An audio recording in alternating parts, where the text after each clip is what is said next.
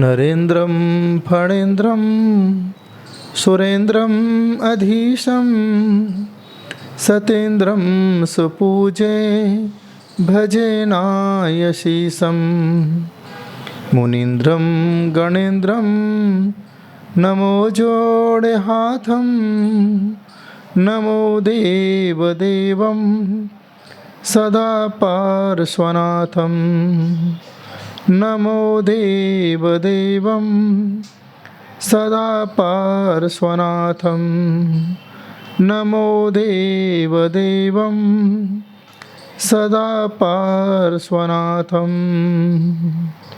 पारसनाथ भगवान के चरणों में नमन करते हुए 2023 जनों के लिए कैसा रहेगा, क्या फल देगा, क्या स्थिति घटेगी। जैसे ही 2023 का शुभारंभ होगा उसके अनुसार जब लग्न कुंडली बनाई जाती है, इसमें कन्या लग्न है, मेष राशि है, अष्टम भाव में चंद्रमा राहु के साथ बैठा है, सप्तम भाव में स्वग्रही मीन राशि का गुरु बैठा है और पंचम भाव में शुक्र शनि एक साथ बैठे हुए हैं, चतुर्थ भाव में सूर्य बुध एक साथ बैठे हुए हैं और धन भाव में केतु विराजमान है। मंगल नवम भाव में भाग्य स्थान पर बैठा हुआ है। इसके अनुसार केतु की साल है, केतु की महादशा है जो 24 जुलाई 2026 तक रहेगी। अब आप देखिए कितना बढ़िया कैलकुलेशन। 2023 में तीर्थंकर पार्श्वनाथ, केतु की महादशा, केतु के स्वामी, केतु ग्रह के समाधान के लिए नवग्रहों में पार्श्वनाथ भगवान की जाप की जाती है, पार्श्वनाथ भगवान की आराधना की जाती है, पार्श्वनाथ भगवान का चालीसा किया जाता है। हर समय केतु के निवारण के लिए हर श्रावक भगवान पार्श्वनाथ की आराधना करता है। 1 जनवरी को रविवार है और रविवार रवि व्रत के रूप में जैन समाज में मनाया जाता है और रवि व्रत में पार्श्वनाथ भगवान की पूजन की जाती है, पार्श्वनाथ भगवान की आराधना की जाती है, नमक का त्याग किया जाता है। इसी प्रकार रविवार को जब नया साल आता है, 1 तारीख आती है, तो यहाँ पर सबसे पहले 2023 पार्श्वनाथ भगवान के साथ जुड़ा है। इससे साबित होता है कि 2023 में सबसे ज़्यादा लोग भगवान पार्श्वनाथ को याद करेंगे, भगवान पार्श्वनाथ की जाप करेंगे। सबसे ज़्यादा भीड़ इस साल समय शिखर में देखने को मिलेगी। लोग पार्श्वनाथ भगवान के दीवाने तो हैं, लेकिन इस साल सबसे ज़्यादा भक्ति आपको समय शिखर में देखने को मिलेगी। सरकार का सहयोग समय शिखर के प्रति सकारात्मक रहेगा। जो परेशानी इतने समय से पार्श्वनाथ भगवान के तीर्थ स्थान पर आई हुई है, इस परेशानी से भी समाधान 2023 में मिलने वाला है। आपके चेहरे पर मुस्कुराहट होगी। आज अभी कुछ समय पहले आचार्य विद्यासागर जी ने ऐसी जगह चातुर्मास किया जहाँ पर कई सालों से ज़मीन के अंदर भगवान पार्श्वनाथ विराजमान हैं। क्या पता 2023 में कुछ अच्छे समाचार आपको मिलें, वहाँ पर कुछ न कुछ अच्छी घटना आपके जीवन में घटे। सबसे ज़्यादा लोग जब पार्श्वनाथ भगवान के चरणों में नतमस्तक होंगे तो पार्श्वनाथ भगवान की दिव्य शक्तियाँ अपने आप भक्तों के साथ जोड़ करके पार्श्वनाथ भगवान की आराधना करते हुए देखने को प्राप्त होगी। इसके साथ साथ 2023 में जहाँ जहाँ पारसनाथ भगवान के तीर्थ स्थान हैं वहाँ पर लोगों का जुड़ाव होगा, समर्पण होगा। सबसे ज़्यादा लोग अपने मन में पारसनाथ भगवान का ध्यान और जाप करेंगे। केतु का स्वभाव उग्र होता है। केतु हमेशा उत्तर और पश्चिम दिशा का कारक होता है। तो जहाँ जहाँ पर उत्तर दिशा और पश्चिम दिशा में पारसनाथ भगवान है वहाँ पर सबसे ज़्यादा प्रभाव होगा। केतु का स्वभाव मंगल की भांति होता है, क्रूर ग्रह है। यह ग्रह 3 नक्षत्रों का स्वामी है, अश्वनी, मघा और मूल नक्षत्र। इसके साथ साथ जब केतु अपने प्रभाव में आता है तो कभी कभी ऐसे लोगों के लिए बुरी आदत का शिकार बना देता है। तो कई बार जब तीर्थों पर संख्या ज़्यादा बढ़ेगी तो कुछ युवा पीढ़ी के बच्चे तीर्थों पर जाएंगे तो, लेकिन कुछ गलत आदत के साथ तीर्थों पर रहेंगे। वहाँ पर भगवान पारसनाथ के पास तो जाएंगे, लेकिन नीचे धर्मशाला में रह कर के संत स्थान के पास जाकर के अपने आदतों को वो छोड़ नहीं पाते हैं। इनका भी प्रभाव बड़े बड़े तीर्थ स्थानों पर देखने को प्राप्त हो सकता है। इसके साथ साथ सबसे बड़ी खुशखबरी इस बात की है कि 7वें घर में अपने ही स्थान पर मीन राशि में गुरु विराजमान है। इससे लगता है कि 2023 में जो प्राचीन तीर्थ हैं उन तीर्थों पर जैन संतों का विहार सबसे ज़्यादा होगा। सबसे ज़्यादा चातुर्मास प्राचीन तीर्थ स्थानों पर होंगे। जहाँ जहाँ पर अभी कुछ नए तीर्थ स्थान बन रहे हैं वहाँ पर जैन संतों के चातुर्मास होंगे। इस बात का संदेश देता है। इसके साथ साथ 9वें भाव में वृषभ राशि में मंगल बैठा हुआ है। यह मंगल भी कुछ मांगलिक कार्य कराने में अच्छा साबित हो सकता है। 2023 में मांगलिक कार्य के रूप में प्रतिष्ठा को सर्वोपरि माना जाता है। इस साल सबसे ज़्यादा प्रतिष्ठाएं होंगी और इस प्रतिष्ठाओं में वृषभ राशि वाले संत सबसे ज़्यादा प्रतिष्ठाएं कराएंगे। वृषभ राशि से मतलब जिनका पहला अक्षर वह हो, जैसे संत शिरोमणि आचार्य विद्यासागर जी। इसके साथ बुंदेलखंड के प्रथमाचार्य आचार्य विराग सागर जी, चर्या शिरोमणि आचार्य विशुद्ध सागर जी, ये सब व अक्षर से जुड़े हैं। ये सबसे ज़्यादा प्रतिष्ठाएं कराएंगे।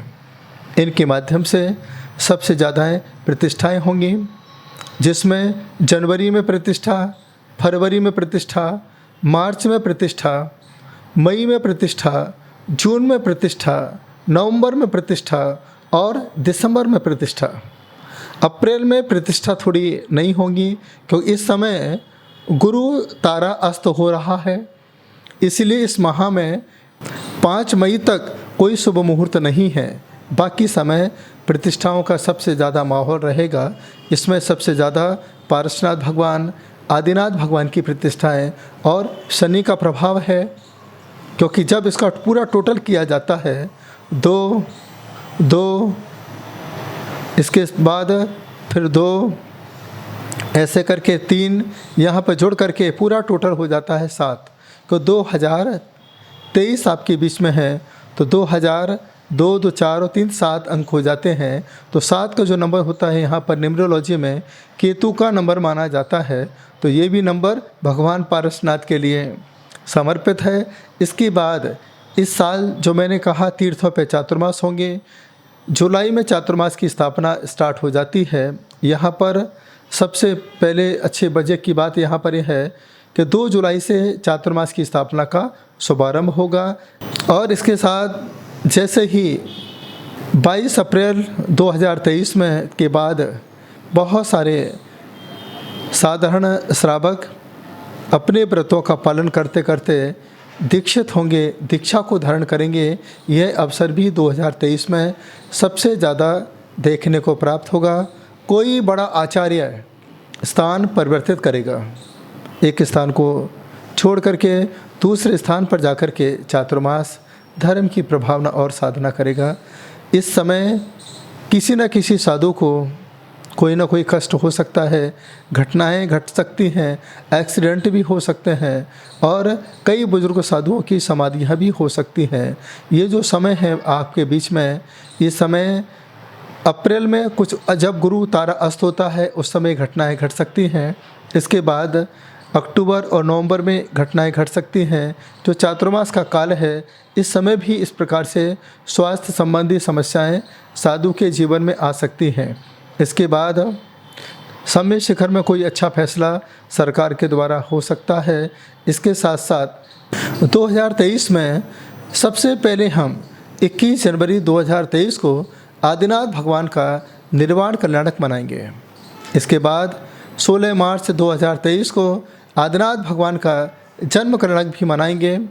इसके साथ 3 या 4 अप्रैल को भगवान महावीर स्वामी का हम लोग जन्म कल्याणक भी बड़े धूमधाम के साथ, तन्मयता के साथ मनाएंगे। और इसके बाद 24 मई एक विशेष पर्व होता है, माँ जिनवानी का पर्व होता है। पुष्पदंत भूतबली के नाम से हम लोग श्रुत पंचमी के महापर्व को मनाते हैं। इसके बाद आपको पता ही है कि साल में 3 बार अष्टानिका आती है। अष्टानिका पर्व में 27 फरवरी से लेकर के अष्टानिका 7 मार्च तक चलेगी। 26 जून से अष्टानिका पर्व का शुभारंभ होगा। 3 जुलाई तक अष्टानिका पर्व हम बड़े आत्मीयता के साथ मनाएंगे। इसके बाद 20 नवंबर से अष्टानिका प्रारंभ होगी और 27 नवंबर तक अष्टानिका आपके बीच में रहेगी। ये साल की 3 बार अष्टानिका महापर्व जैन समाज बड़े आत्मीयता और धूमधाम के साथ यह संपन्न कराएगा। और जैसे ही 2 जुलाई होगी, 2 जुलाई को चातुर्मास की स्थापना होगी। 23 अगस्त को भगवान पारसनाथ का मोक्ष कल्याणक मनाया जाएगा। 19 सितंबर को फिर 10 लक्षण महापर्व आपके आत्म साधना का पर्व है। इस साल 2023 में सबसे ज़्यादा लोग पारसनाथ भगवान के तीर्थ स्थान पर जाकर के 10 लक्षण का महापर्व करेंगे, संयम की साधना करेंगे, आत्म कल्याण की भावना भाएंगे।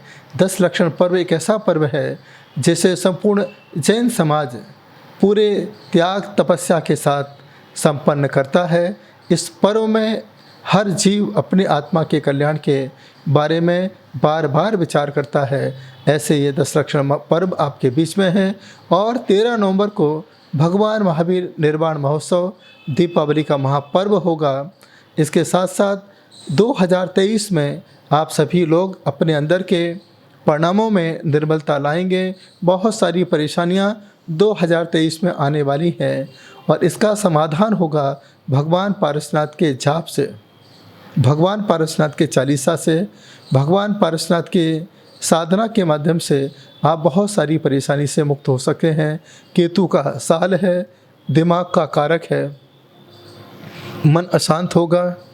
इसके लिए आप हर दिन तुमसे लागी लगन ले लो अपनी शरण पारस प्यारा,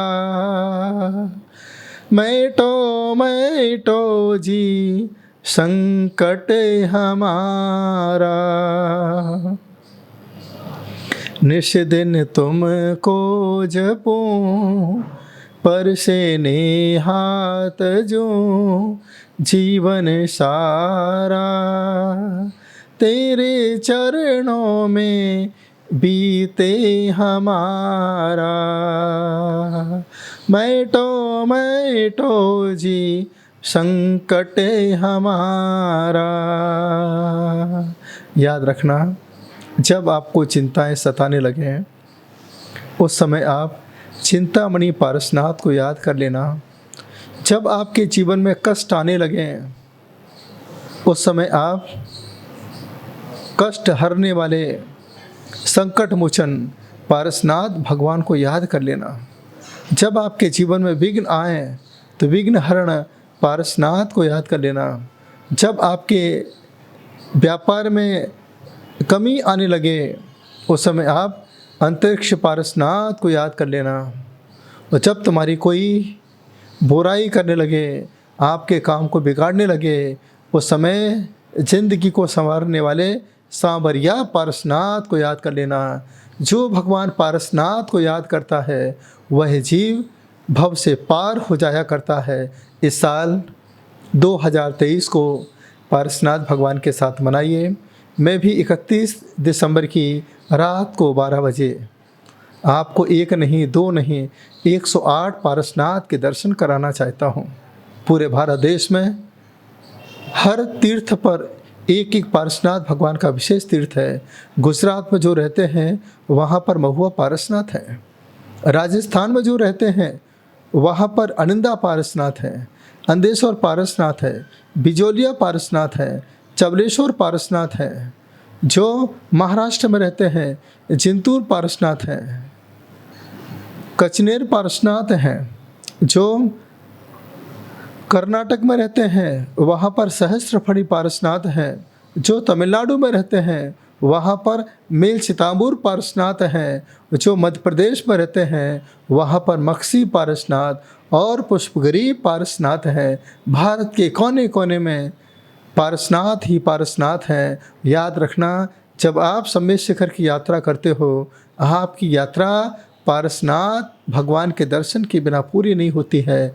इसलिए आप जैसे ही स्वर्ण भद्रकूट के पारसनाथ भगवान के चरणों के दर्शन करते हो, उसी समय आपकी यात्रा पूर्ण हो जाया करती है। ये दर्शन हम आपको रात को 12 बजे 2023 का शुभारंभ भगवान पारसनाथ के साथ हो और आपके जीवन के सारे कष्ट दूर हों। यह 2023 आप सभी को सुखकारी हो, कल्याणकारी हो, आपकी हर इच्छा को पूरा करने वाला हो, संकट को मिटाने वाला हो, चिंताओं को पूरा करने वाला हो, आपके सारे विघ्नों को हरने वाला हो और आपकी ज़िंदगी को संवारने वाला हो। सांवरिया पारसनाथ शिखर पर भले विराजो जी। तो यह अवसर आप सभी को मिला है। 2023 केतु का साल है। पूरे साल तक आप भगवान पारसनाथ का जाप करते रहें और इसके बाद उपसंहरम स्तोत्र का भी पाठ करें, तो आपके जीवन में किसी प्रकार का जो उपसर्ग आज तक आया है, उपसर्ग को हरने वाला यह साल है। क्योंकि केतु जो बैठा हुआ है 1 जनवरी के लग्न कुंडली के हिसाब से दूसरे भाव में बैठा है, तो इसलिए आप अपने भाव के साथ, अपने प्रभाव के साथ धर्म से जुड़ें, परमात्मा की आराधना करते करते अपने जीवन को सुखी बनाने का प्रयास करें, संतों के दर्शन करें, संतों का आशीर्वाद प्राप्त करें। पारसनाथ भगवान के दर्शन करते करते 2023 को सुखी आनंदमय बनाने का प्रयास करें। यही मेरी भावना है। प्रेम से सुना, अनुग्रहित हूँ। ओम नमः सिद्धेभ्यः।